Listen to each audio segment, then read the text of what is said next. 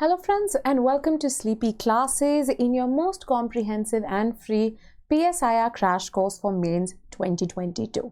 अब आज के लेक्चर से जो है हम IGP का जो कंपोनेंट है which is paper 1 part B उसकी फर्स्ट राउंड ऑफ रिवीजन जो है शुरू करेंगे जो आपका इंडियन गवर्नमेंट एंड पॉलिटिक्स का पार्ट है। अब इसका जो पहला कंपोनेंट है which comprises of आपकी फ्रीडम स्ट्रगल की strategies plus perspectives plus the nature and making of Indian constitution, इसके फीचर्स, राइट, इन सब से डील करते हुए जो है हम क्वेश्चंस को आज देखेंगे including two very important previous year questions.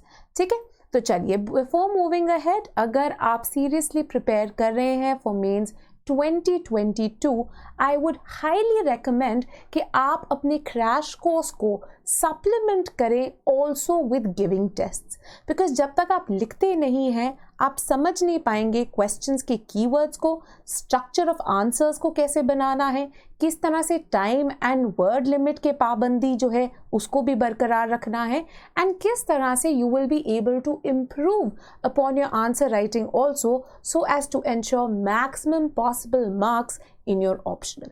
ठीक है, तो answer writing is a must, जिसके लिए हमारी टॉपर टेस्ट सीरीज भी चल रही है जिसमें ना ही आपको 10 test that is 4 half length test and 6 full length test मिलेंगे, पर इसी के साथ साथ जनवरी 2022 ऑनवर्ड्स जो करंट अफेयर्स के लेक्चर्स है फॉर PSIR ऑप्शनल वो भी आपको प्रोवाइड किए जाएंगे ताकि आप ये रेलेवेंट मटेरियल अपने आंसर्स में ऐड कर पाए, एंड साथ ही में PDFs ऑफ एडिटोरियल कंपाइलेशंस भी प्रोवाइड की जाएंगी। इसके अलावा आपके जो टेस्ट हैं they will be evaluated within time and with detailed feedback, साथ ही साथ में model answers, video solutions as well as guidance will be provided in how you can improve your marks as well as answer writing through these tests. Apart from this, अगर आप 23 के बच्चे हैं या फिर 2022 मेंस में अपियर कर रहे हैं बट रादर देन टेस्ट आप डेली आंसर राइटिंग में बिलीव करते हैं, तो आपके लिए ये 72 days of daily answer writing है जहाँ पे 1 क्वेश्चन अ डे जो है आपको दिया जाएगा which you have to attempt, right. इसको आपको कंप्लीट इवैल्यूएशन, फीडबैक एक्सेट्रा के साथ वापस भेजा जाएगा along with model answers as well as video solutions. साथ ही साथ में इस कोर्स के अंदर आपको PDFs of our most important political science editorial compilations भी जो है वो प्रोवाइड की जाएंगी। ठीक है, इन दोनों ही कोर्सेज की डिटेल्स जो हैं आप कॉल कर सकते हैं 1800-893-043 पे, या फिर हमारी जो जीमेल है, हमारा जो मेल ID है sleepy.classes@gmail.com, उस पर हमें मेल ड्रॉप कर सकते हैं। अब आज के जो हमारे क्वेश्चंस हैं उनको हम फटाफट देख लेते हैं। सबसे पहला क्वेश्चन जो है ये हमारी नेशनल मूवमेंट के साथ जुड़ा है and it deals with your early nationalist, particularly the social reformers of the 19th century. The next question जो की है is about Gandhian strategies and किस तरह से इन्होंने मास मूवमेंट जनरेट ये कर पाए थे, ठीक है, उसके बारे में है ये।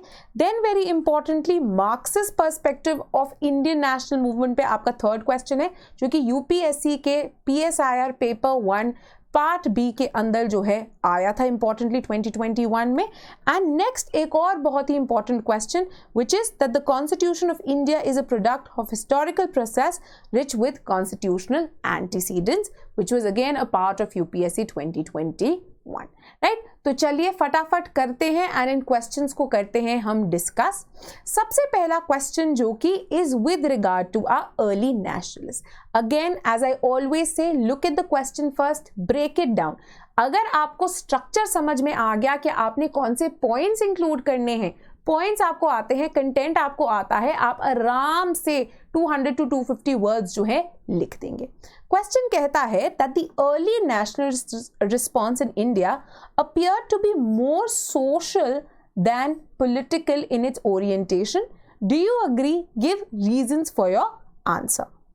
अब यहाँ पे do you agree give reason की जगह अगर एक कमेंट भी लिख देते ना तो एक ही बात होती कि बेसिकली आपने अपना ओपिनियन देना है, आपने अपनी राय देनी है, एंड इंपॉर्टेंटली आपने अपनी इस ओपिनियन को बैक करना है, सब्सटैंशिएट करना है with examples as well as scholarly arguments, right. तो ये दो चीजों को आपने नहीं भूलना है क्योंकि आप यूपीएससी का एग्जाम लिख रहे हैं, पर्टिकुलरली ऑप्शनल का।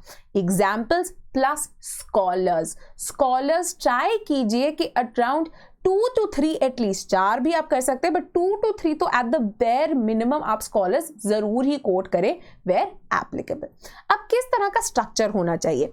अ lot of kids what they might end up doing is after introducing the entire question they might shift focus to talking about the reformers, क्योंकि उन्होंने सुना हुआ है, हिस्ट्री में बात की हुई है, राजा राम मोहन रॉय, ईश्वर चंद्र विद्यासागर, दयानंद सरस्वती, सर सैयद अहमद खान, राइट, दादा भाई नौरोजी, तो इनके ऊपर जो है वो फोकस करने लग जाएंगे। अब क्वेश्चन क्या है? क्वेश्चन ये नहीं पूछ रहा कि अर्ली नेशनलिस्ट स्कॉलर्स ने या अर्ली नेशनलिस्ट थिंकर्स ने क्या कहा, उन्होंने बोला है कि इनका थॉट किस तरह से ज्यादा सोशल था rather than political. So after making a small concise introduction जिसके अंदर जो है अब 19th century social reform, Renaissance movement, Renaissance of India की जो है बात कर सकते हैं, क्यों ये मूवमेंट आई, क्या इनके ऊपर इन्फ्लुएंसेस थे, उनकी बात कर सकते हैं before moving on to the body part. अब बॉडी में क्या होना चाहिए? सबसे पहले पॉइंट्स देने कि ये जो अर्ली नेशनलिस्ट हैं इनका जो थॉट है, इनका जो रिस्पॉन्स था टू द कॉलोनियल गवर्नमेंट, वो पॉलिटिकल की जगह सोशल क्यों रिगार्ड किया जाता है, that is what you have to highlight points के अंदर।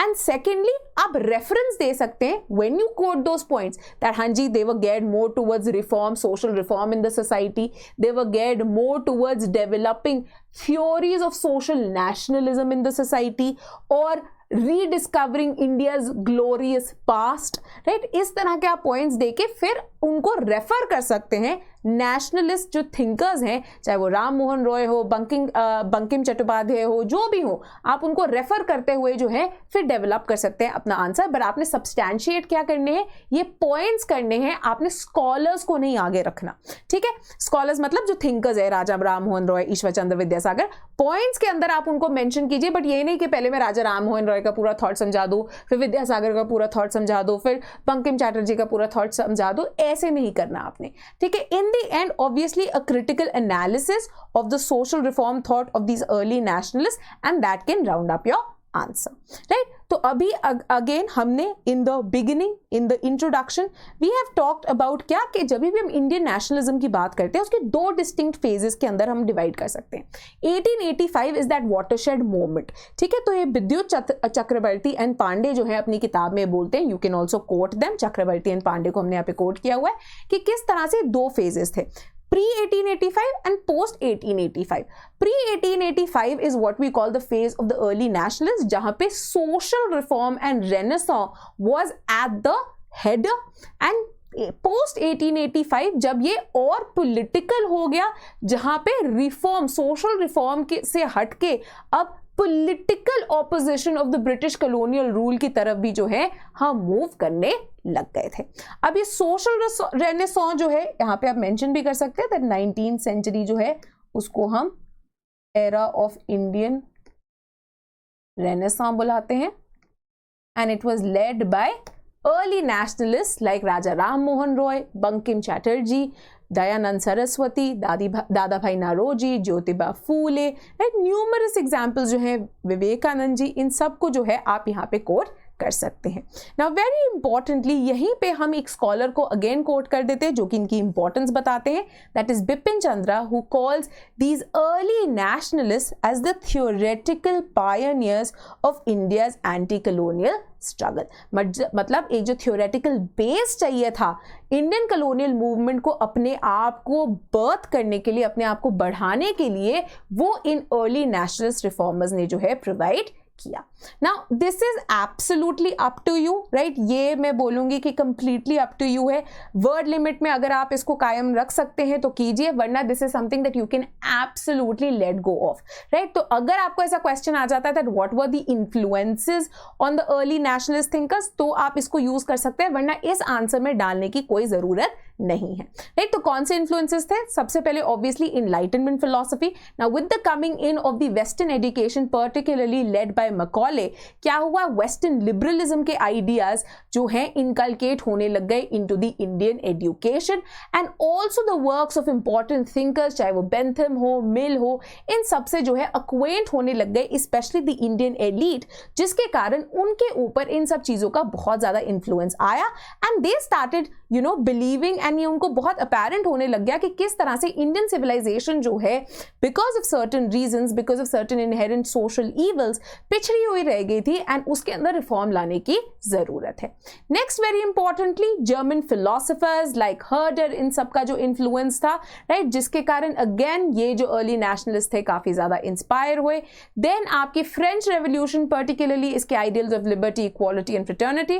Last but not the least the traditional Indian thought which was from various epics and traditional texts like Upanishads, Vedas, Bhagavad Gita, इन सबको explore किया जाने लग गया as and also very very importantly जो अब translations की जा रही थी of ancient texts from Pali, Prakrit and Sanskrit, right, जो की जा रही थी अब by a number of scholars and historians like James Prinsep etc.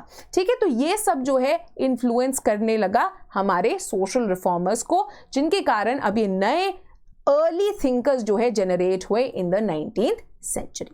Now, what are the points which prove, जैसे कि मैंने बताया पिछला वाला, even if you don't include in the answer it's absolutely fine, in fact I would say don't include it because उसकी जरूरत नहीं है, ऐसे ही आप आंसर को लंबा करेंगे।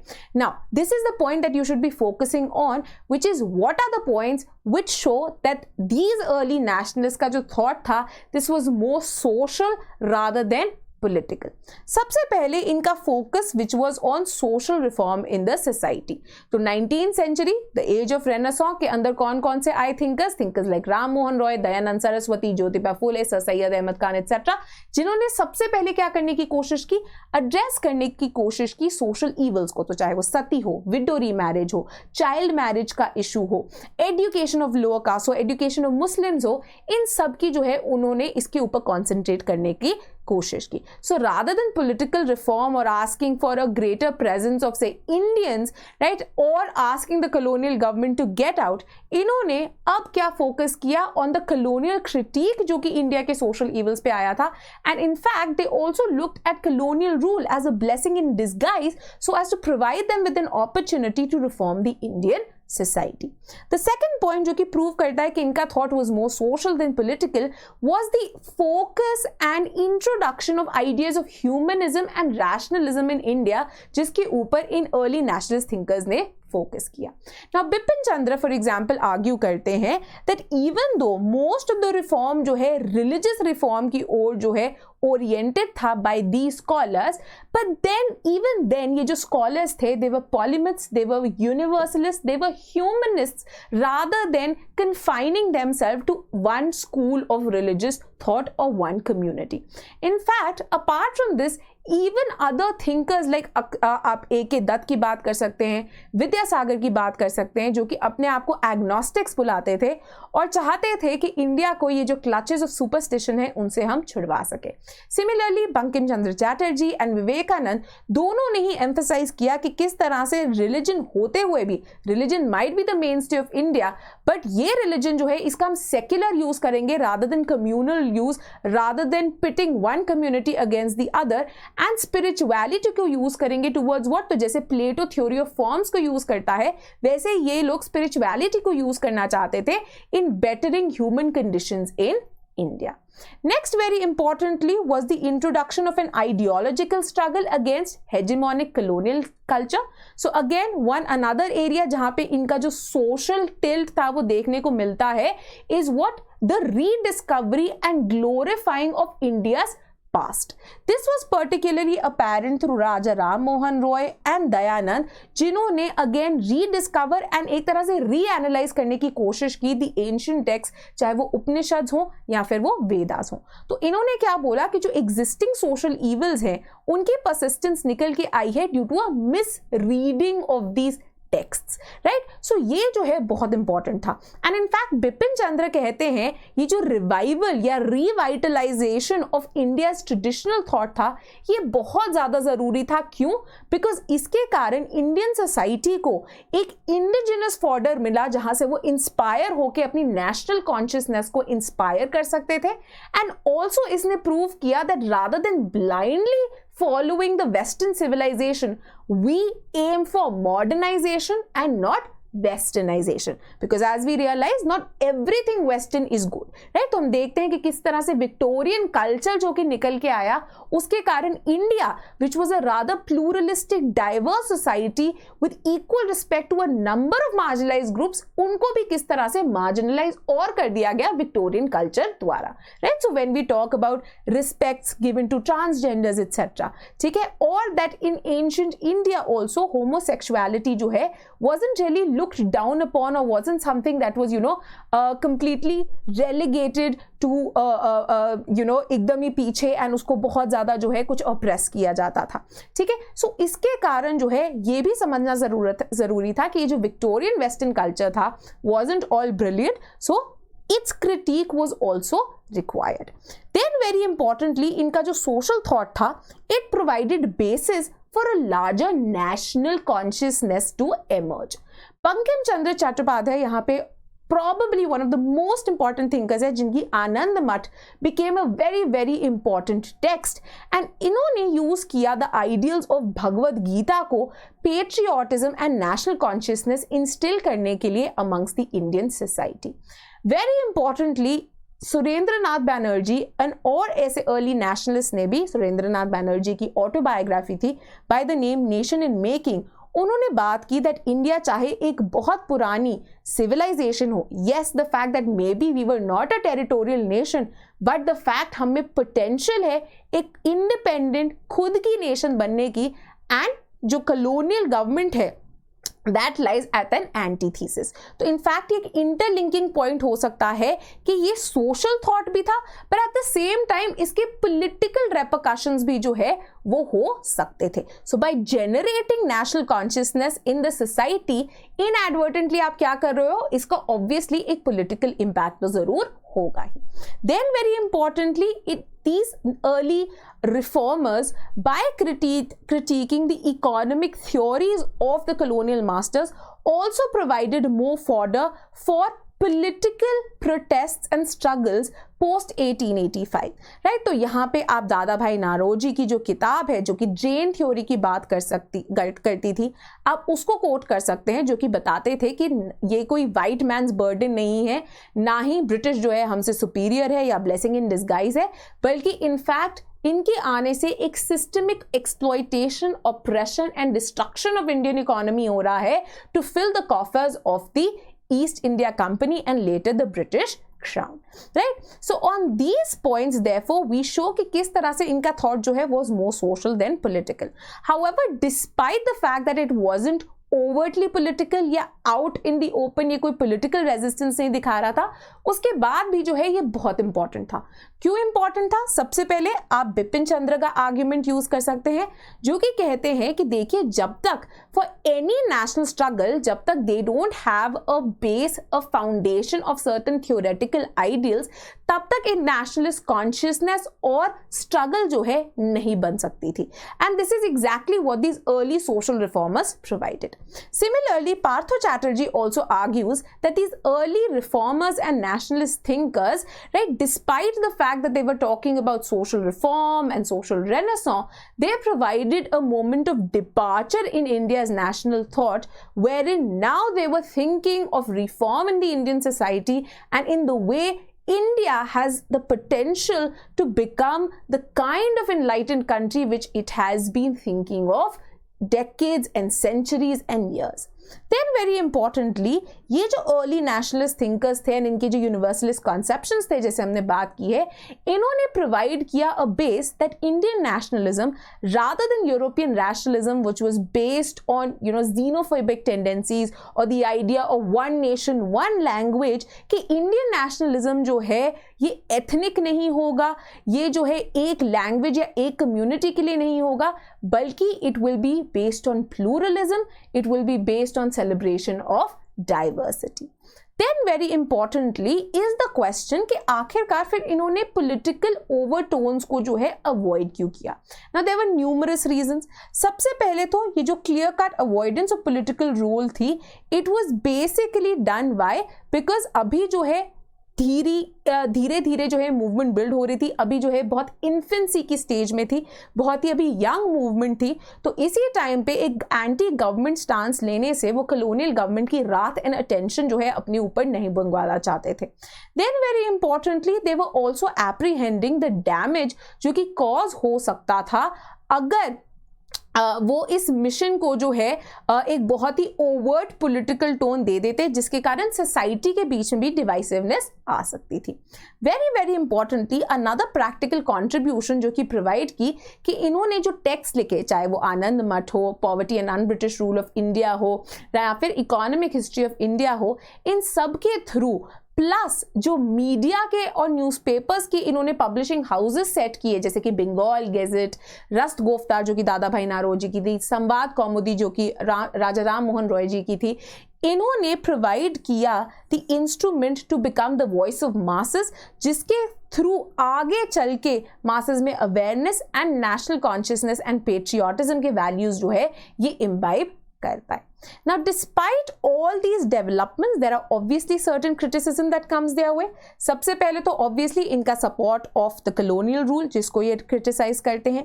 Then very importantly, despite the fact that they tried to have a humanist and rationalism का stance, the point remains कि अभी भी ये बहुत ज़्यादा Hindu epics, traditions and ideology से तो है inspire हो रहे थे, जिसके कारण obviously ये उतना ज़्यादा connect नहीं कर पा रहे थे to other minorities, especially the huge Muslim minority जो कि इंडिया में prevalent थी. Then importantly, another major issue was the very slow pace of reforms, as well as the fact that they depended on cooperating with the colonial government to get what they wanted. However, despite these limitations, one thing that is very important is that the social reformers, despite the fact that they weren't really politically pushing their cause or agenda, still helped build a national consciousness, which later allowed for the uprising and also the coming up of a very vibrant national movement for India's independence. ठीक है, तो चलिए ये यहाँ पे हो गया आपका पहला आंसर खत्म। नेक्स्ट क्वेश्चन जो है again very important. Now this question asks you to examine कि किस तरह से गांधीयन स्ट्रैटेजीज ने अलाउ किया नेशनल स्ट्रगल फॉर फ्रीडम को to become more mass oriented as well as allow participation of erstwhile marginalised groups. ठीक है, तो दो इंपॉर्टेंट चीजें यहाँ पे पॉइंट आउट कर रहे हैं वो।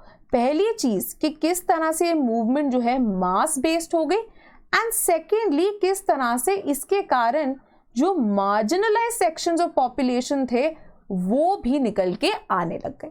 And in fact the reasons can be common. ठीक है, रीजंस कॉमन हो सकते हैं। The very reason that it became a mass oriented movement also were the same reasons जिनके कारण ये marginalized groups को भी attract कर पा रही थी। marginalized groups अब कौन कौन से हो सकते हैं? तीन बेसिस पे हो सकते हैं।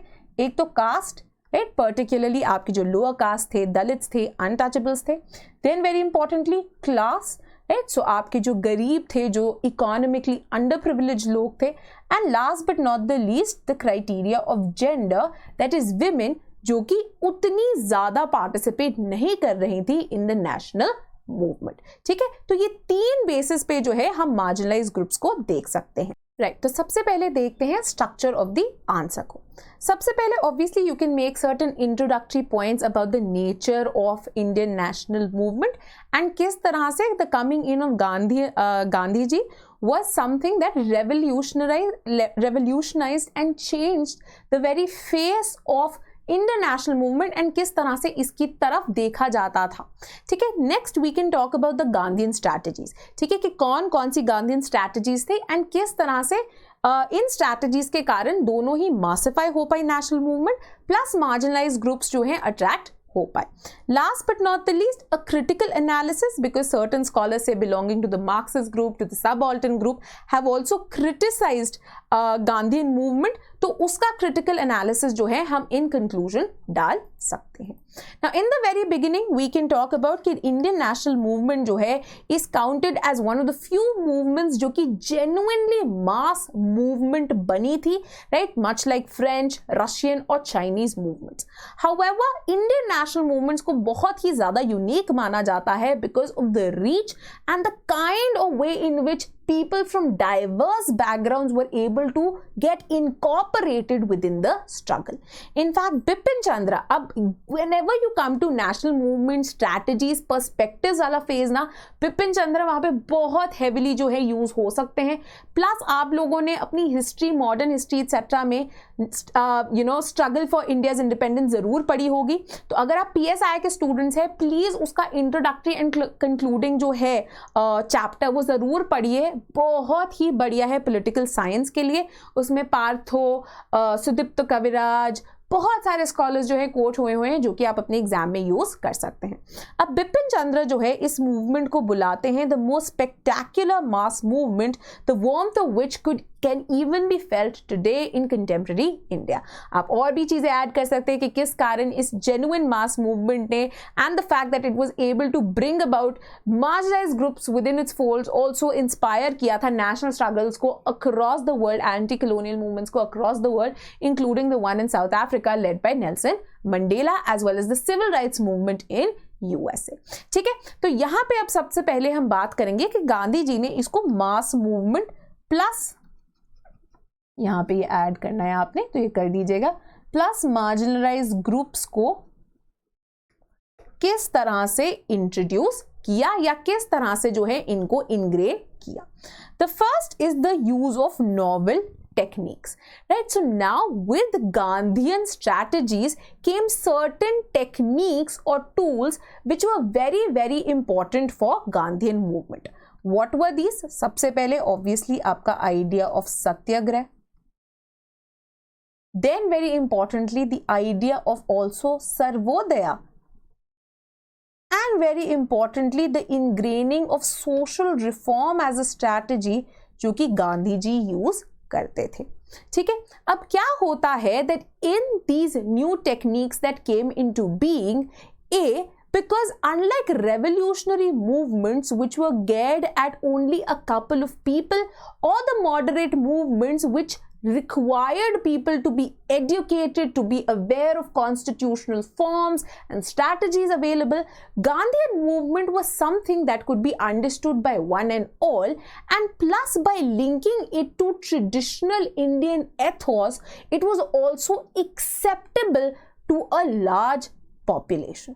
ठीक है, तो अब यहाँ पे क्या हुआ, ये जो नॉवल टेक्निक्स थी इनके कारण मासेस जो है काफी ज्यादा अट्रैक्ट होने लग गए।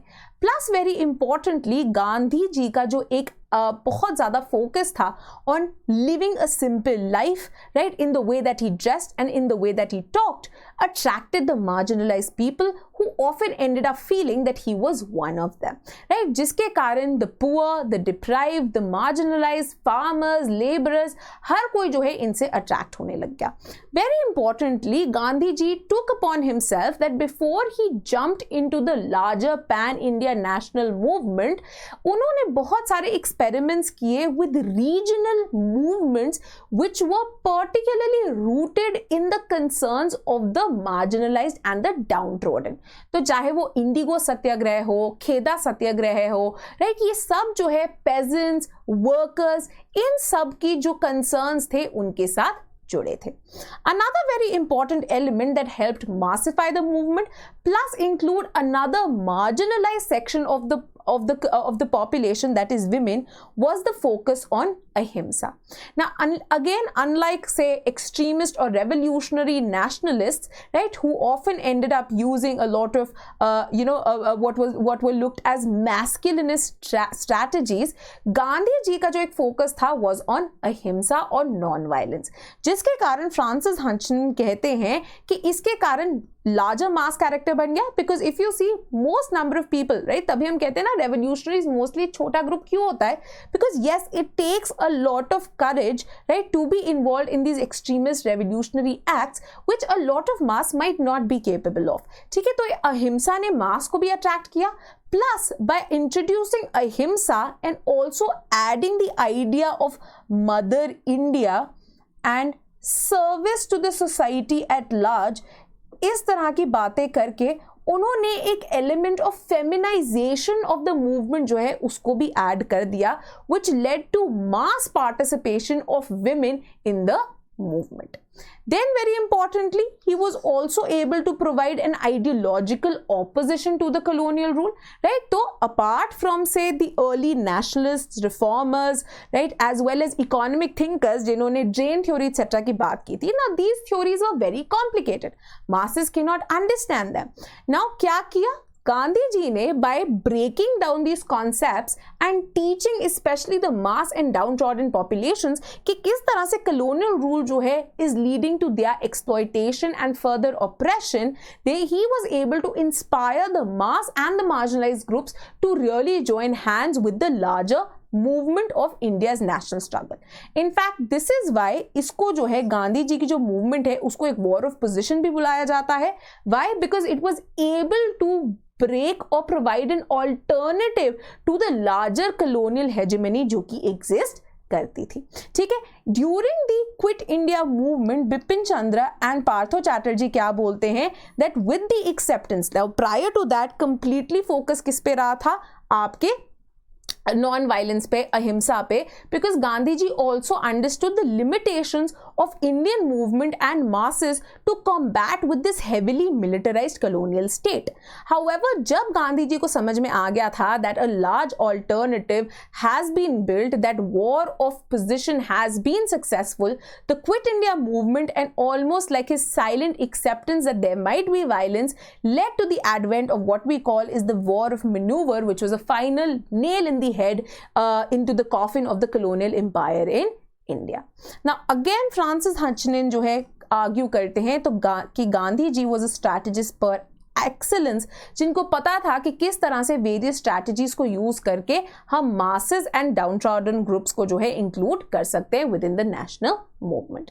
Then very importantly another major जो है strategy was providing breathers between struggle. ठीक है, तो अब गांधी जी को पता था कि कॉन्स्टेंटली जो है स्ट्रगल नहीं चल सकती, मास के अंदर भी जो है एक लिमिटेशन है to constantly struggle and protest, because उनकी भी daily day to day needs है. तो इसीलिए गांधी जी ने क्या स्ट्रैटेजी फॉलो की, ऑफ स्ट्रगल थ्रू स्ट्रगल. ठीक है, जिसको बिपिन चंद्र ये STS स्ट्रैटेजी जो है बोलते हैं. तो इंपॉर्टेंटली इसके पैसिव फेज में भी वो मासेस को जोड़ना एंड मार्जिनलाइज सेक्शंस को जोड़ने की जो है बहुत ज्यादा काम कर रहे थे. पैसिव फेज में जो कंस्ट्रक्टिव प्रोग्राम्स चलते थे जैसे कि खादी हो, हिंदू मुस्लिम यूनिटी के आइडियाज हो, अनटचेबिलिटी के अगेंस्ट जो उनकी कॉल हो, विलेज एम्पावरमेंट का जो आइडियाज हो, इन सब के थ्रू चाहे वो लोअर कास्ट हो, मुस्लिम माइनॉरिटीज या अदर माइनॉरिटीज हो, ये सब जो है उनके साथ जुड़ते चले गए. साथ ही साथ में movements like non cooperation and civil disobedience movement भी जो थी वो सक्सेसफुल हो पाई थी, बिकॉज इन कंस्ट्रक्टिव प्रोग्राम्स की फेज के दौरान Gandhi ji was able to foster a sort of social solidarity which had never before been seen in the Indian continent. ठीक है ना, after these points a critical analysis is needed. तो conclusion में हम बोल सकते हैं दैट यस, गांधी जी ने जो है मेजर रोल प्ले किया, उनकी स्ट्रैटेजीज ने मेजर रोल प्ले किया to massify the movement plus add the marginalised sections to the movement as well. However there were certain loopholes and certain criticisms. So Sumit Sarkar who belongs to the Marxist school of thought argue करते हैं कि किस तरह से Gandhian leadership in the longer run coincided with the interests and aims of the Indian capitalist class. Why? Because अगर आप सर्वोदय की बात कर रहे हो, मतलब क्या कि प्राइवेट प्रॉपर्टी आप रहने दीजिए, ठीक है, बट या ट्रस्टीशिप एंड सर्वोदय दोनों ही इकट्ठे कि प्राइवेट प्रॉपर्टी आप रहने दीजिए but capitalist out of their own generous and goodwill आपकी हेल्प कर देंगे, ठीक है। तो आप उनकी प्रॉपर्टी राइट्स के ऊपर जो है बिल्कुल भी किसी भी तरह से अटैक नहीं कर रहे हैं। प्लस नॉन वायलेंस ऑल्सो एक तरह से was safeguarding them. Why? Because at the end of the day, whenever a movement turns violent, it is not just the colonial property but also the property of Indian capitalists that used to get harmed. ठीक है, सो इसके दौरान इसके through जो है जो larger एक Gandhian leadership का स्ट्रगल का आइडिया था, it ended up suiting the needs of the Indian bourgeois. Then very importantly आपके जो सबऑल्टन स्कूल है, चाहे वो राणाजीत गुहा हो या फिर शाहिद अमीन हो, ये दोनों भी जो है क्रिटिसाइज करते हैं गांधीयन मूवमेंट को। Shahid Amin is particularly critical of the embodiment of Gandhi's image as the Mahatma, जिसके थ्रू वो कहते हैं कि गांधी जी किसी ना किसी तरह से सोशल हायरार्कीज जो एग्जिस्ट करती थी इंडिया में उनको रीइंफोर्स करते थे, ठीक है। यहाँ पे अगेन आप और भी पॉइंट्स डाल सकते हैं, जैसे कि the idea the usages of इस term Harijan, right, as a way of sort of empowering the lower caste but still keeping them restrained as opposed to a more एक तरह से to a more struggle oriented, a more powerful idea of Dalit, जो कि later on B.R. Ambedkar जो है उसकी बात करते हैं, ठीक है। तो ये जो कुछ पॉइंट्स हैं ऑफ क्रिटिसिज्म आप इनको ऐड कर सकते हैं to provide a good conclusion to your answer. Next question जो है अब बहुत ही इंपॉर्टेंट है बट एक स्ट्रेट फॉरवर्ड क्वेश्चन है, इसके ऊपर आपके पास कंटेंट होना चाहिए, साथ ही में आपने किस तरह से इस कंटेंट को स्ट्रक्चर करना है ताकि लिमिटेड वर्ड्स में आप इसको कर पाते, बिकॉज 10 मार्कर है। क्या कहते हैं कि एनालाइज कीजिए the Marxist perspective of the nature of Indian national movement. UPSC में 2021 के अंदर जो है ये क्वेश्चन आया था। अब इंट्रोडक्शन में obviously you can talk about the rise of the Marxist perspective कि किस तरह से ओवरऑल पहले जो है नेशनलिस्ट पर्सपेक्टिव के थ्रू ही जो है देखा जाता था इंडियन नेशनल मूवमेंट को, but later on as against it एक मार्क्सिस्ट पर्सपेक्टिव जो है उभर के आया। अब बॉडी के अंदर दो मेन पॉइंट्स हो सकते हैं। पहले तो ऐसे पॉइंट्स जहां पे हम बात करेंगे उन थिंकर्स की, उन स्कॉलर्स की, उन लीडर्स की who were a part of the Indian national movement themselves and provided a Marxist based और a Marxist theoretical foundation to the larger Indian national movement. The second part of the body can talk about later scholars and historians like Bipin Chandra हो गए, RC Dutt हो गए, AR Desai हो गए, सुमित सरकार हो गए, पार्थो चैटर्जी हो गए, जिन्होंने एक मार्क्सिस्ट लेंस के थ्रू व्यू किया एंड क्रिटिसाइज किया इंडियन नेशनल मूवमेंट को कि किस तरह से क्लास बेस्ड या नॉट क्लास बेस्ड मूवमेंट जो है ये थी।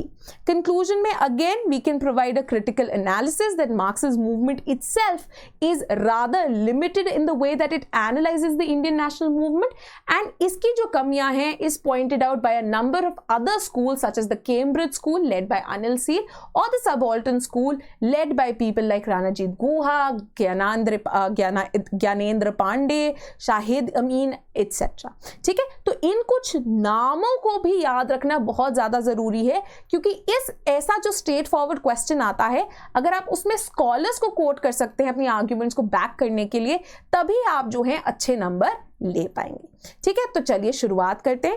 अब हम कहते हैं कि जो Marxist perspective of Indian national movement था ये काफी ज्यादा डोमिनेंट हो गया, काफी ज्यादा जो है it came to be talked about specially in 1920s when India witnessed the formation of the communist parties as well as the writing of the great communist leader Dange with in the Indian national movement.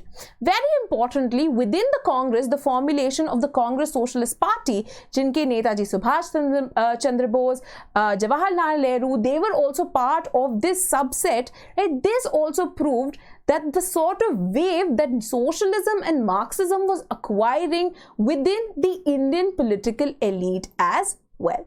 Now, one of the first genuine theorists when it comes to a Marxist leaning within the Indian national movement was the very important social and political thinker M.N. Roy. Now, he enriched this entire ideology first as a Marxist and then through his radical humanism का value जिसके through Marxism के बीच में जो कुछ loop holes थे, जो कुछ vacuum थे, जो कुछ कमियां थी उनको इन्होंने भरने की कोशिश की.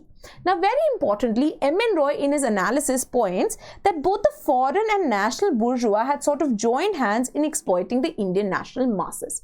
Now, what does he say? He says that when we look at international capitalism, India has already become a part of the Indian international capitalism, and Indian bourgeois is fully capitalist in its nature and feudalism in India is coming to an end, right? तो वो क्या कहते हैं, इसीलिए जो हमारे nationalist bourgeois हैं वो बहुत ही ज़्यादा conservative है. Why? Because they understand that looking after our interest means collaborating with the colonial government, right? So these, what does M.N. Roy say? M.N. Roy says the colonial government is to exploiting only the Indian masses, but even these Indian bourgeois जो है, they are also exploiting and oppressing them.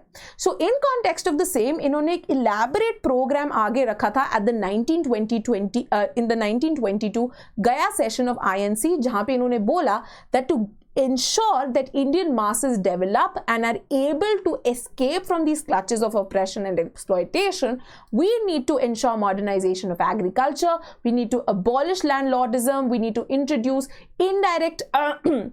we need to introduce direct taxes rather than indirect taxes. Why? Because indirect taxes जो हैं, because वो equal होते हैं and एक तरह से proportionate भार डाल देते हैं किन पे, पुअर पे भी एंड गरीब पे भी. तो एक बिस्किट के ऊपर अगर 10 रुपए का टैक्स है तो बेचारे एक गरीब को भी उतना देना है, अमीर को भी उतना देना है.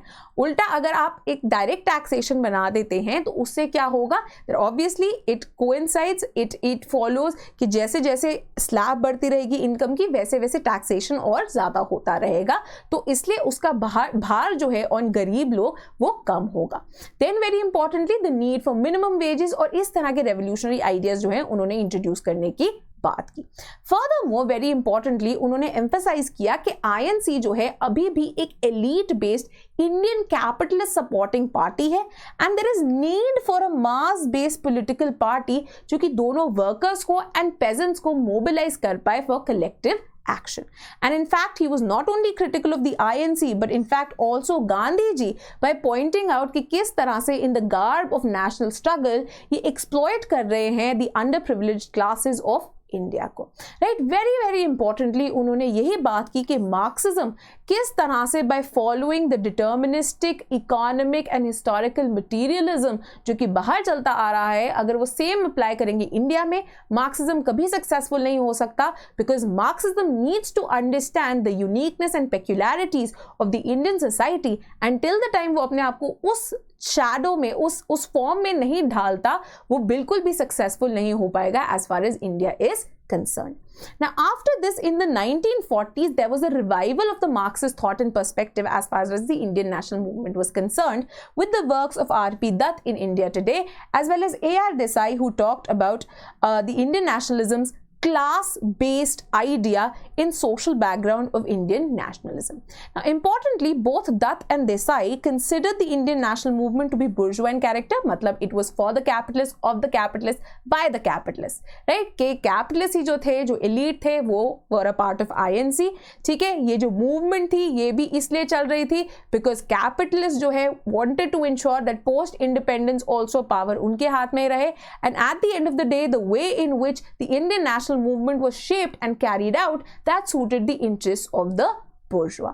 Very importantly, इन्होंने क्या बोला कि ये बिल्कुल भी represent नहीं करती थी all classes को या फिर mass की जो एक aspirations and goals हैं उसको.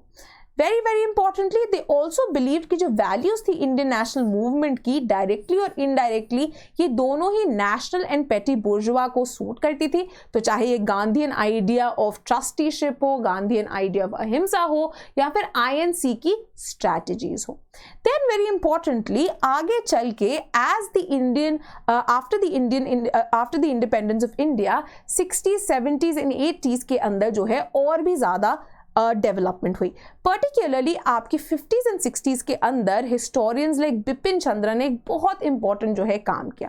ना both Bipin Chandra and Sumit Sarkar who belong to the Marxist school of thought, उन्होंने अग्री किया दैट यस, जो नेशनलिस्ट रोल था इंडियन लीडरशिप का वो बहुत जरूरी था. That despite the fact whatever Marxist like Dutt and Desai might say, they both contradicted with the fact के no matter what, the fact they might be coming from elite capitalist backgrounds, but they were truly nationalist and patriotic in their ideology and in the way that they led the Indian national movement. However, they do agree to the fact कि जो ideals थे national struggle के जो कि adopt कर लिए गए वो basically extreme left में नहीं थे बल्कि वो centrist position पे जो है आ गए, जिसके कारण इनएडवर्टेंटली बुर्जुआ का जो इंटरेस्ट था वो सेफगार्ड हो गया rather than providing for some revolutionary struggle जो कि मास ओरिएंटेड होता. Then very importantly, both Bipin Chandra and Partha Chatterjee talk of the incorporation of passive revolution or the war of position, जो कि एक neo-Marxist perspective of the national movement provide करती है, right. तो यहाँ पे obviously आप वही लिख सकते हैं कि किस तरह से जो Gandhian movement, Gandhian mass movement बन के आई, वो किस तरह से काउंटर हेजेमोनिक स्ट्रगल प्रोवाइड कर रही थी against the larger legal authoritarian mass that the colonial state presented. Then very importantly जो इंडियन मार्क्सिस्ट हैं यहाँ पे वो मार्क्स को भी काफी ज्यादा क्रिटिसाइज करते हैं. क्यों? बिकॉज जो मार्क्स हिमसेल्फ था, मार्क्स का क्या कहना था, कार्ल मार्क्स का कहना था that for a communist revolution to come पहले आपको कैपिटलिज्म डेवलप करने की कोशिश करनी पड़ेगी, ठीक है. और उनके accordingly south Asia plus India क्या रिप्रेजेंट करता है, ये डेस्पोटिक रूल जो है उसको रिप्रेजेंट करता था. So in fact Marx was very much in favour of colonial rule of India. Why?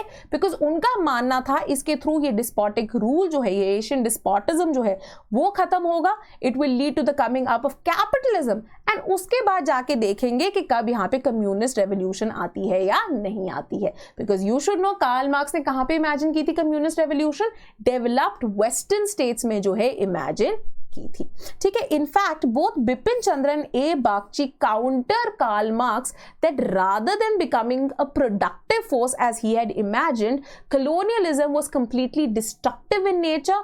Why? Because it destroyed जो आपकी लोकल आर्टिजन्स थे, जो लोकल क्राफ्ट्समैन थे, जो लोकल बिजनेसेस थे, जो लोकल पेजेंट्री थी, जो लोकल एग्रीकल्चर था, कंप्लीटली डिस्ट्रॉय कर लिया एंड कोई रीजेनरेटिव या प्रोडक्टिव रोल नहीं प्ले किया जैसे कि कार्ल मार्क्स ने एनविसेज किया था. इंपॉर्टेंटली मार्क्सिस्ट पॉलिटिकल इकोनॉमिस्ट जो है Prabhat Patnaik, he was also very very of the success of the colonial government in breaking the pre capitalist basically जो फ्यूडल हायरार्कीज एग्जिस्ट करती थी इंडिया में. इनफैक्ट पटनायक कहते हैं that the colonial government was very much hands in glove with the feudal elites and उनकी जो position in society थी it remained completely intact throughout the colonial rule and even in post independence India. वहीं पे Perry Anderson another major Marxist scholar point करते हैं to the fact कि Indian nationalist ideology जो है उसके अंदर मार्क्सिज्म या लेफ्ट जो है कोई अच्छी कंट्रीब्यूशन प्रोवाइड नहीं कर पाया एंड इसके कारण जो है their failure to relate to the Indian masses, relate to the psyche of the larger Indian mass, इसके कारण लेफ्ट जिसके पास एक बहुत बड़ी पोटेंशियल थी to have a mass base in India वो कभी भी उसको अचीव नहीं कर पाया, ठीक है. तो ये बहुत इंपॉर्टेंट पॉइंट्स है which should be added. In conclusion very importantly Marxist perspective की क्या कंट्रीब्यूशन रही, इन्होंने जो एक कॉन्ट्रडिक्टरी क्लास नेचर थी of the Indian national movement उसको पॉइंट आउट किया. वेरी इंपॉर्टेंटली इन्होंने पॉइंट किया that how apart from social and gender based hierarchies class को देखना कितना ज्यादा जरूरी है एंड कितना जरूरी है पोस्ट इंडिपेंडेंस ऐसे मेजर्स लेना which provide for the upliftment of these downtrodden classes. However, despite its contribution, the Marxist school is also criticized a lot. सबसे पहले तो जो कैम्ब्रिज स्कूल है उसमें अनिल सील जो है क्रिटिसाइज करते हैं कि देखिए ये जो नेशनलिस्ट मूवमेंट थी इसको ढंग से मार्क्सिस्ट भी नहीं समझ पाए. Eight the end of the day ये जो नेशनलिस्ट मूवमेंट थी ये कभी क्लास मूवमेंट बन ही नहीं सकती थी. क्यों? Because at the end of the day it was born out of the selfish interest of the Indian elites who were competing amongst themselves for colonial favours. तो तो सील क्या कहते हैं, बेसिकली जिसको भी कॉलोनियल गवर्नमेंट से जो है एक्सेप्टेंस या कोई अच्छी चीज नहीं मिली, they suddenly got up and started protesting that we want more और स्टार्टेड कंपीटिंग विद अदर्स। ठीक है, कैम्ब्रिज स्कूल का भी बहुत क्रिटिसिज्म की हुआ है, बट ये कैम्ब्रिज स्कूल जो है ऑफर करती है मार्क्सिस्ट स्कूल के against. Then very importantly subaltern scholars like Ranajit Guha काफी ज्यादा क्रिटिसाइज करते हैं मार्क्सिस्ट स्कूल को। क्यों? क्योंकि वो कहते हैं कि आप बस क्लास क्लास क्लास की बात करते रहे, जो larger subaltern movement and historiography है, तो चाहे वो पेजेंट या ट्राइबल रिवोल्ट्स थे, चाहे वो कास्ट बेस्ड मूवमेंट्स थी, आप कभी इनको कंसिडरेशन में आपने लिया ही नहीं to build a larger historiography of the Indian national movement and struggle. ठीक है, and on this note, on this critical analysis, you can end the answer. Now चलिए बढ़ते हैं towards the last question. Now this question is very important, right? Again, it was a slightly confusing question. इसके अंदर आप बहुत सारे points डाल सकते हैं. तो again, this is the sort of question जिसके अंदर आप जितने ज़्यादा diverse points लेके आएंगे, scholars को quote करेंगे, examples दिखाएंगे, उतने बेहतर जो हैं आपको marks मिल सकते थे. The question says the Constitution of India is a product of historical process rich with constitutional antecedents. समझना है आपको क्वेश्चन क्या बोल रहा है. क्वेश्चन बेसिकली बोल रहा है कि जो कॉन्स्टिट्यूशन ऑफ इंडिया है वो सिर्फ कॉन्स्टिट्यूएंट असेंबली ने कुछ महीनों के कुछ सालों का कोई काम नहीं है, बल्कि इसके अंदर जो हमने कॉन्स्टिट्यूशनल नॉर्म्स, आइडियाज, क्लॉजेस डाले हैं, उनकी एंटीसीडेंट या उनकी inspiration comes from a number of historical processes that predated the Constituent Assembly also. ठीक है, तो ये जो है ब्रेक डाउन है ऑफ द क्वेश्चन. अब क्वेश्चन के अंदर जो आंसर था उसको आपने कैसे अप्रोच करना था. सबसे पहले obviously you can introduce the Indian constitution itself, कि किस तरह से हमारा जो fundamental law of the land है सिर्फ एक पॉलिटिकल डॉक्यूमेंट नहीं था, बल्कि एक सोशल, एक रेवोल्यूशनरी डॉक्यूमेंट था, and therefore holds a lot of importance. Next you come to the historical processes, कि कौन कौन से हिस्टोरिकल प्रोसेसेस हैं जिनकी कंट्रीब्यूशन हम अपने कॉन्स्टिट्यूशन ऑफ इंडिया में देख सकते हैं. Now a number of historical processes you can count to. You can look at the ancient and traditional political thought, right, और कहां कहां पे उनका इंस्पिरेशन, उनका इफेक्ट, उनका इंपैक्ट दिख सकता है. Then you can look at a number of colonial acts as well as constitutional developments across the world, right, जो कि again incorporate की गई इंडिया के अंदर. Last but not the least, the experience of the Indian national movement and the ideals and aspirations जो कि इन Indian national movement के leaders ने जिनकी बात की थी, उसने कैसे impact किया larger making of the constitution and constitutional morality को. तो जब आप इन सब को इंक्लूड कर लेते हैं, एक बढ़िया आंसर बन जाएगा. And then in conclusion you can have a final statement on the nature of the constitution and and the answer. Now in the beginning again I would suggest that please quote कीजिए scholars को, right? We are making these sheets of scholars. कौन कौन से scholars को आप issue and topic wise जो हैं इनको quote कर सकते हैं, all of which are available in our telegram group. तो आप वो telegram group join करके उन sheets को जो है देख सकते हैं. Now starting with the answer, in the introduction itself we quote three very very prominent personalities who write on the nature, meaning and making of the Indian Constitution. That is Sujit Chaudhary, Madhav Khosla and Pratap Bhanu Mehta. ठीक है, so making of the Oxford handbook of Indian constitution जो है वहाँ पे बहुत important है ये, right. सो ये आर्ग्यू करते हैं कि जो इंडियन कॉन्स्टिट्यूशन का प्रोजेक्ट है ये दोनों ही एक सोशल रेवोल्यूशन का प्रोजेक्ट था as well as a political one. यहाँ पे you can also quote Uday S. Mehta, who terms Indian Constitution as a political document. Why? Because it provided, as Mehta says, India's revolutionary moment of rupture. मतलब इसका जो एक identity थी as a colonised country came to an end, and now we emerged as a sovereign socialist, not socialist but sovereign democratic republic, leaving behind our colonial history. At the same time, it was also a social transformation ka document. Why? Because it made certain breaks with certain historical practices. कैसे? जैसे कि casteism made a break with it. untouchability, made a break with it. Existence of gender discrimination, made a break with it. ठीक है, communal violence etc. made a break with it. By introduction of things like equality before law, prohibition of discrimination, banning of untouchability, providing for positive secularism, providing very importantly, positive secularism कहाँ से आ रहा था? आपके fundamental rights का जो chapter था, particularly dealing with religious freedom. ठीक है, तो ये सब जो है social transformation भी provide करता था. Now very importantly, even though the drafting of Indian Constitution एक बहुत ही long drawn out process था जो कि Constituent Assembly ने जो है carry out किया, but जो making of the Constitution थी and जो ideas इसमें ingrain किए गए, that were influenced by a number of historical processes including ancient India की ethos, जो constitution developments देखी गई थी colonial era के time पे, established constitutions के time पे, as well as the Indian national movement. ठीक है, इन सब के साथ जो है impact देखा गया किसका? आपके इंडियन कॉन्स्टिट्यूशन के अंदर उस पे. ना सबसे पहले we look at the historical process के अंदर आपका एंशियंट इंडियन पॉलिटिकल एथॉस को.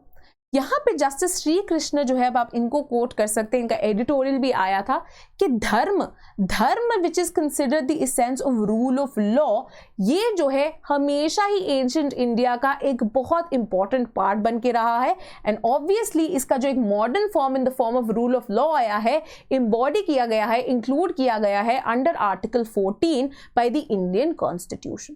देन वेरी इंपॉर्टेंटली इंडिया के अंदर, एंशिएंट इंडिया के अंदर जो कॉन्सेप्ट्स ऑफ राजधर्मा थे, जहां पे जो इवन जो मोनार्क था, मोनार्क के पास अनलिमिटेड पावर नहीं थी, but he was accountable and responsible to other ministers as well as इनके ऊपर, इनकी पावर के ऊपर जो है एक चेक रखा जाता था to ensure that he or she, mostly he, works in the favor of welfare of masses. तो ये राजधर्मा का जो आइडिया है of a responsible government, उसको और ज़्यादा substantiate करने के लिए हमने एक responsible form of government in form of parliamentary form of government adopt किया.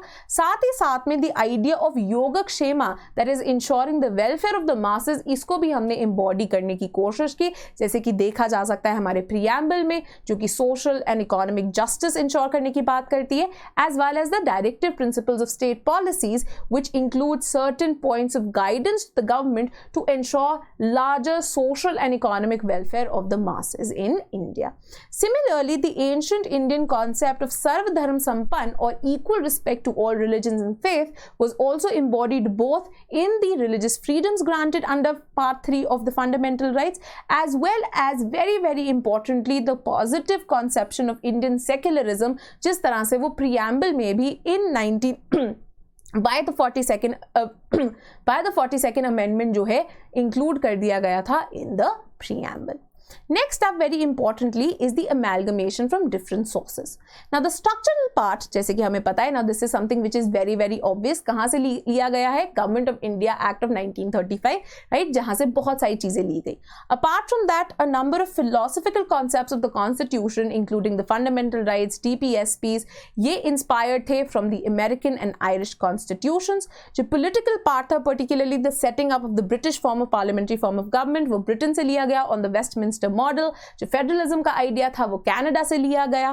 ठीक है, जो प्रोसीजर इस्टेब्लिश्ड बाय लॉ का आइडिया था जापान से लिया गया. So number of constitution text जो कि उस टाइम पे एग्जिस्ट करते थे, उनके जितने भी आइडियाज इंडियन सिनेरियो के लिए बढ़िया थे, उनको अडॉप्ट कर लिया गया with in the Indian Constitution. Now, Subhash Kashyap in fact says the one of the most profound impact was the Colonial Act, that is your Government of India Act of 1935, and close to 75% of the Indian Constitution जो है इसका एक किसी ना किसी तरह से इस Government of India Act 1935 से inspired था. Last but not the least, Upendra Bakshi जो है also looks at the Indian Constitution as what? As a value document. मतलब parts and clauses and values embodied in the Indian Constitution were also inspired by the goals, aspirations and ideas जो कि हम अपने Indian national movement के time पे देखते थे, right. So Indian national movement चाहे वो अर्ली फेजेस में हो या लेटर फेजेस में हो, जो एक उनको इंस्पिरेशन मिली थी वेस्टर्न लिबरल आइडिया से, ideas of liberty, equality, fraternity, socialism के आइडियाज से, the idea of economic justice, the idea of ensuring welfare of masses, या फिर कुछ political ideals which emphasise on the need of constitutionalism and limited government, ये सब जो है Indian leaders ने during the national movement support किया and later on इन्हीं से इंस्पायर होकर ये कॉन्स्टिट्यूशन के अंदर भी इंक्लूड कर दिए गए। तो फॉर एग्जांपल हम 1895 के स्वराज बिल की बात कर सकते हैं, हम बात कर सकते हैं of the Nehru report of 1928 formulated drafted by Motilal Nehru ji, Gandhian ideals की बात कर सकते हैं, all of which found place in the Indian Constitution. So for example Jawaharlal Nehru के जो ऑब्जेक्टिव रेजोल्यूशन की उन्होंने बात की थी प्रियम्बल के रूप में हमें दिखता है, ठीक है। जो हमारे फंडामेंटल राइट्स के आइडिया हैं वो जो है हमें दिखते हैं वेरी इंपॉर्टेंटली हमारे Swaraj bill and Nehru report के जो आइडियाज हैं उनसे इंस्पायर। जो हमारे डीपीएसपीज एंड फंडामेंटल ड्यूटीज के आइडियाज है उनकी इंस्पिरेशन भी इन्हीं सोर्सेस से आती है। सिमिलरली हमारे डीपीएसपीज में जो एक काउ प्रोटेक्शन की बात की गई है, एनवायरमेंट प्रोटेक्शन की बात की है एंड पंचायती राज इंस्टीट्यूशंस की इंकरेजमेंट की बात की गई है, which were later formulated and made part of the constitution in the form of the 73rd and the 74th constitution amendment which provided for the third tier of grassroots democracy in India, वो Gandhian idea से जो है बहुत ज़्यादा inspired थे। Therefore Pratap Bhanu Mehta क्या कहते हैं that because of this rich historical processes की presence, उसके कारण इंडियन कॉन्स्टिट्यूशन क्या बन गई है, इंडियन कॉन्स्टिट्यूशन एक कॉस्मोपॉलिटन कॉन्स्टिट्यूशन बन गई है। तो हमने एंशिएंट इंडिया से भी आइडियाज उठाए हैं, हमने वेस्ट से भी आइडियाज उठाए हैं, हमने डिफरेंट कंट्री से भी आइडियाज उठाए हैं और हमने अपनी नेशनल मूवमेंट से जो है वहां से भी आइडियाज उठाए हैं, adding to the cosmopolitanism of the Indian constitution. In the end, in conclusion हम एंड कर सकते हैं विद रोहित डे अगेन, जिन्होंने Oxford handbook of the Indian constitution में एक इंपॉर्टेंट चैप्टर लिखा है, हु आर्ग्यूज कि जो पूरी इंडियन कॉन्स्टिट्यूशन थी, राइट, वो सिर्फ एक शॉर्टर लेजिस्लेटिव प्रोसेस का जो है रिजल्ट नहीं थी, but in fact was a product of a series of conflicts जो कि देखी गई amongst a variety of ideas which were talked about in the constituent assembly, right. And क्या होता है वेरी इंपॉर्टेंटली, ग्रैनविल ऑस्टिन को हम भी यहाँ पे कोट कर सकते हैं कि with in this conflict of ideas the members of the Constituent Assembly उन्होंने यूज किए थे the processes of consensus and accommodation to ensure कि different ideas को हम incorporate कर सके and ये ideas एक दूसरे के साथ बढ़िया तरीके से gel and mold हो सके, ताकि इंडिया के अंदर जो एक idea of constitutional morality हम instill करना चाहते हैं वो instill हो पाए within the Indian Constitution. ठीक है, so on this note, by quoting a couple of more scholars on a final nature of Indian Constitution, on its cosmopolitanism, on the idea of consensus and accommodation, you can conclude the answer. ठीक है, तो यहाँ पे हमारा आज का lecture होता है खत्म। Very very importantly, if you are looking to practise answers, अब हमारी जो वेबसाइट है sleepyclasses.com, वहां पे we have started this initiative of free mains answer writing. So on the website itself आप जाके क्वेश्चन पे क्लिक कर सकते हैं, वहाँ पे अपने आंसर्स जो है उनको लिख सकते हैं। ऊपर आपको उनका जो है एक मॉडल आंसर और वीडियो सोल्यूशन पीडीएफ जो है वो मिल जाएगा। साथ ही में आप कंपेयर कॉन्ट्रास्ट कर सकते हैं अपने आंसर्स को with other students as well। तो वो questions वो हैं जो कि हम कराते आए हैं अपने पुराने crash course में भी as well as this crash course, so you can also write the questions के answers alongside and keep practicing answer writing as well, right? This was all for today. Thank you and keep watching Sleepy Classes.